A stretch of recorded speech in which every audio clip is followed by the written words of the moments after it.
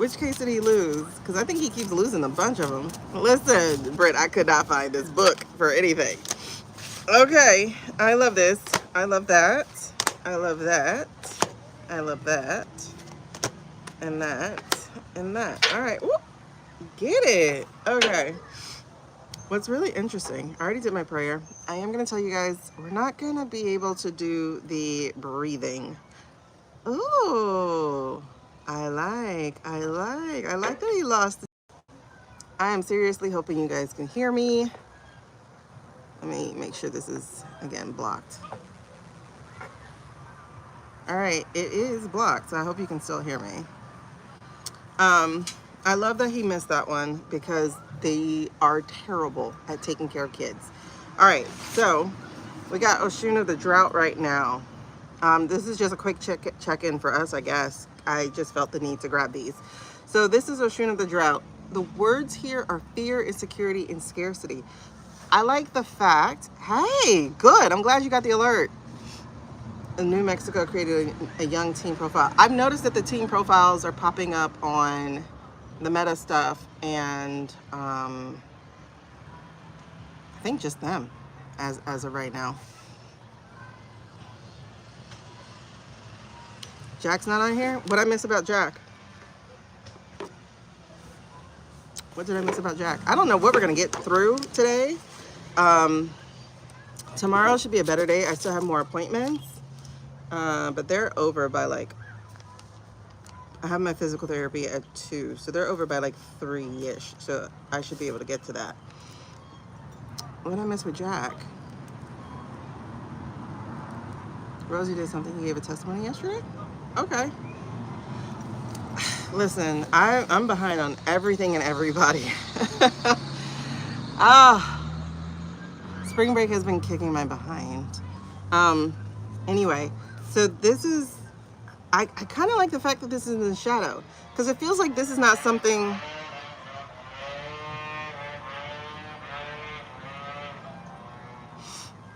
it feels like this is, again, going back to the turning point, this feels like we're through this part, which is interesting because honestly, a lot of the nation is actually going through a drought. Hey, Tabby. So a lot of the nation is actually going through a drought. That's very interesting. But of course, as we said before, and one of the things that I learned, like with Shakespeare or whatever, is that sow the people, sow the planet, sow the universe. And like anything out of order is the rest of it. And so honestly, Mother Nature has been in a drought of kindness, in a drought of care and compassion. I mean, we've let these profiteers ruin literally our lifeblood, right? Luckily, it can regenerate. Luckily, it can help itself, but it needs our help too. And what's really interesting is it feels like, at least on one level, we're coming out of the drought. I think it's a personal drought that we're coming out of. Hey, Nicole. But there's this part. Coming out of that drought, we still need to come into our own. And notice, this is like from a drought to like this abundance. So this is the Oshun of a honeypot. And this is talking about sacred pleasure, sensuality, and self-love. This is still where we are in a drought, okay? We're supposed to be plentiful. And I think all of this, again, attaches to Mother Earth itself. I think if we can find our, it's more than just about pleasing ourselves, like that kind of thing. But it's like, sensuality is senses, so that's sound and awareness and feeling and taste and touch. And so it's like, if we can slow down to be sensual, if we can slow down to be aware, be mindful, be in the moment, I think that would also translate into helping this planet feel appreciated. Even our spirituality, feeling appreciated. It's like we've been so busy or so downtrodden that we haven't had a chance to appreciate the thing that has been there for us, you know. I noticed last week, I think on our last reading, that I was just sitting there and I was just feeling the wind, and I was just taking note of the leaves, and I could see all the shapes, and I was just appreciating and being of the moment and being in that mindset. And I think that's one of the things that we're being called to as well. And that is just not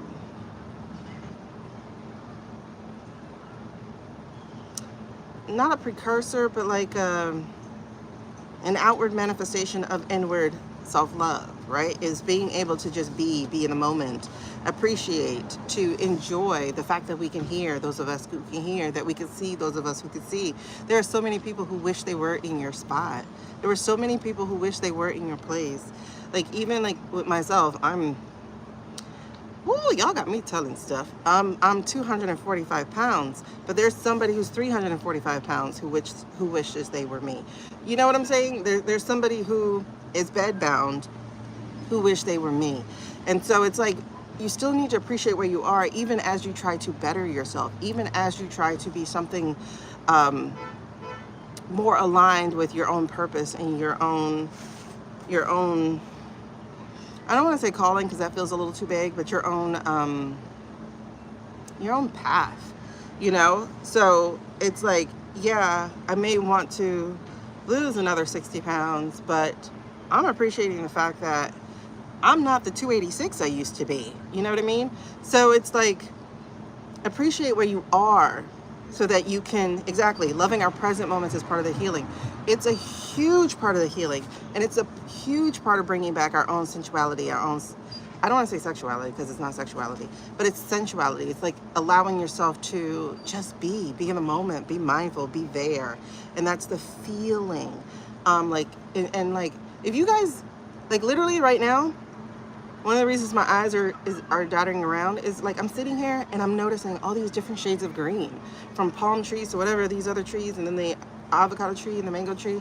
They're just such vibrant colors of green. Like, spring is gorgeous.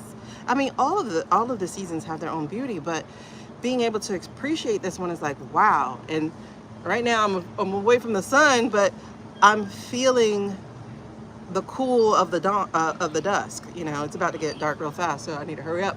But like, I just glanced up now and we're at half a moon, and that in itself is like really cool because dang, the moon goes through all these changes, but it invariably comes back. And that's like us. It's like we go through these changes and we come back. And I think the other thing here, and another reason this is in the shadow, yeah, it really is.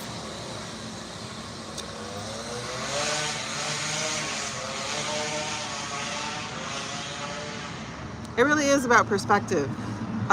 It just really is about perspective. And Britt says, give yourself the gift of not looking beyond the beauty of where you are. Oh my gosh. Like, if that is not a big thing, it just really is what you just said. And that beauty will propel you.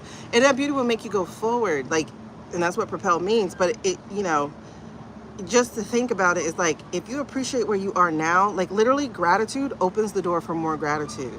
The energy you put out opens the door for more energy. We don't do personal readings. If you want a personal reading, you would have to go into the description.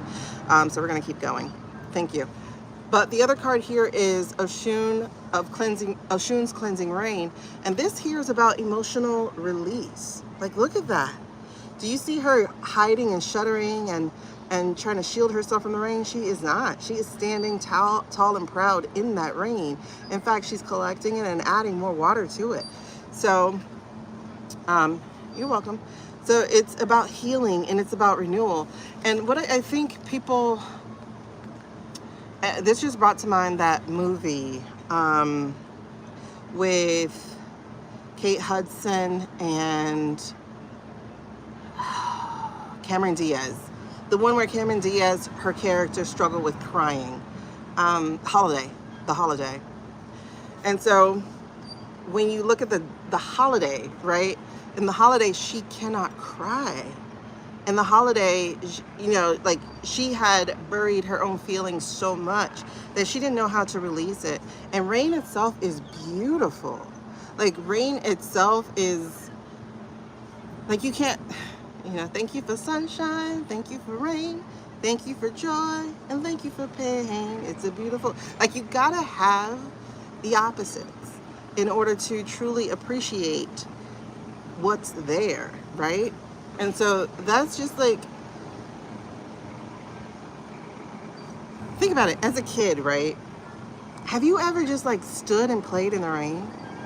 Have you like danced and just lifted your face and just let the water hit you? Like, that is joy unlocked. And I think when we're going through our hard times, we're so afraid to be stripped of the things that we thought mattered, that we shrink and we hide and we become less of ourselves. Whereas if you just throw your hands back, or even just stand tall, or even just feel, again, back to sensuality, just feel that rain. Like, there's a certain level of joy to being able, oh, I love that, alchemy of opposites. That is so perfect. Hey, Carmela. That is just, there's joy in that. There's contentment in that. And so, like, I went through one of the hardest 3 years of my life recently. Who knew I would come out into this stuff? But I went through one of the hardest 3 years of my life recently. And like, just this past week, I was like, thank you. It didn't feel good while I was going through it because I was so shrunken trying to hold on to the things that the universe, God, heaven, my path, my purpose, whomever was stripping me of, that I could not see the gift in the stripping. I could not see that holding on to these things was keeping me, like, honestly stuck. Pain is very illuminating. It teaches you who you are in that moment and who you're afraid to be in that moment. But if you meet the moment, you'll be amazed at who you actually become.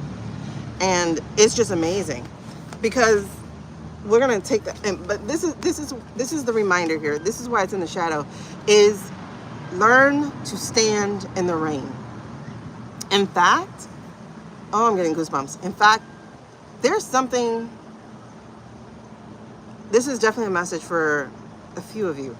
There's something you're holding on to that you just need to open your hands.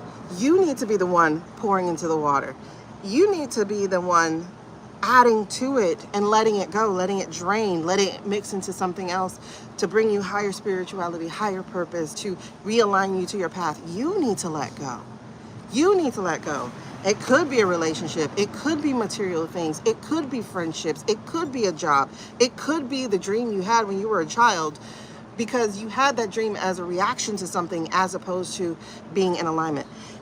There's something you're holding on to that is keeping you from being cleansed by the rain. That's keeping you from your healing and your renewal. And let me tell you, I said I've been through the hardest 3 years. It was actually 6.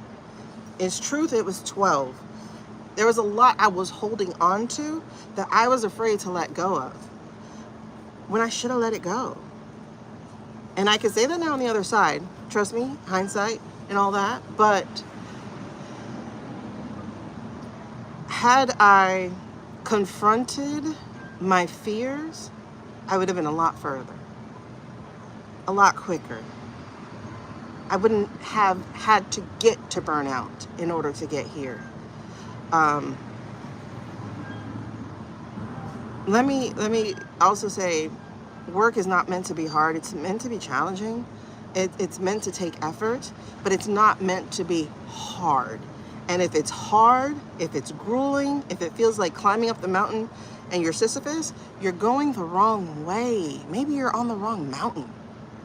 Maybe you're not even ready for the mountain. Maybe you're supposed to still be walking through the valley collecting tools. I will say there's nothing ever wasted, Carmela. There's nothing ever wasted. Everything that we collect along the way does get a chance to be used. We have these permutations, these abilities to shorten our time or lengthen our time. We can make it harder or we can make it smoother. But everything that we do is never ever wasted. It's all used in some capacity. Hey, beautiful. So that brings me to this, is the seductress. And it's so interesting because it's saying that we're not allowing ourselves to be fully sensual. We're not allowing ourselves to be present, mindful, demure. No, we're not allowing ourselves to fully engage in our everyday. But the seductress takes it even further. And here's the thing. This is in the shadow. This is in the upright. But this is also later, because all three of these are shadow. All three of these are in reversals. But the two who are in the upright, oh my God, look at them. Just brazen, just bold, just self. The out self and the inward self, the expressions of two. And so this is Oshun, the seductress. She is sensuality, she is attraction, she is feminine power. She's not an apology for who she is. And this is honestly where we're headed to. Especially if we deal with those shadows, we will be there. We will get there. And you can even start to create that. Light your candles, put on your music, create your scents, and then practice just being in the midst of it. Get one of those little water machines if you're not next to water, and just let the water flow in the background, or just like sand machines or whatever will create some kind of ambiance to it, and start practicing for your future in the present. And then this one right here, again, both of these take up space. Nobody is saying I am not whole, I'm not complete. These two are saying, oh, I am. I am one coin, two sides. Well, actually not even, it's like a dodecahedron. I forget.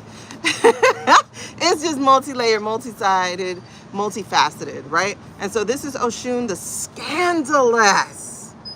What would they say if I wore this, I said that, I listened to this, I did that, I quit my job, I started a business, I went for a different job, I went back to school, I quit school, I left my marriage, I got married, I dated a woman, whatever that scandal is, baby, go get it. Whatever that scandal is that's true to you, go do it. Because what the hell do their judgments pay? Any bills? I don't think so. And the longer you wait, the longer you put off, the bigger your regret and your anger and your frustration and the negativity that you're collecting.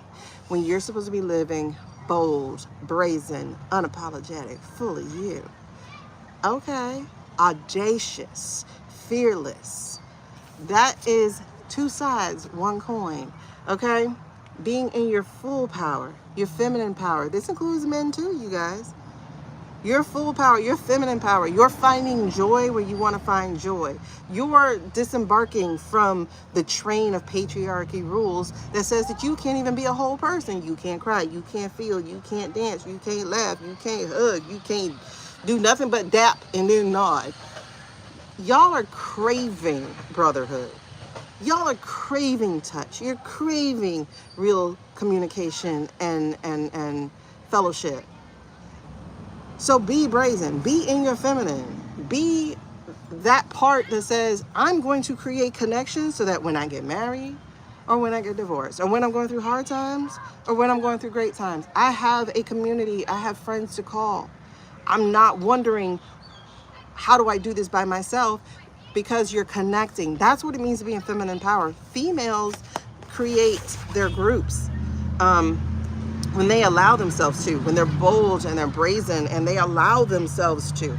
So this is what it's asking you, is to be audacious, to be fearless, to be fully sensual, to feel, to allow those things to be present and to stop hiding who you are. That's literally the message here. And when you deal with this, those fears, insecurities, scarcity, when you deal with not loving yourself or not even being in the moment of the now, when you deal with not allowing for emotional release so that you can have your healing and you can have your renewal, when you deal with those things, you will get these, both of these. And that's the message for now. That isn't the message for now. Because as y'all saw, this spring equinox is about joy. It's about joy.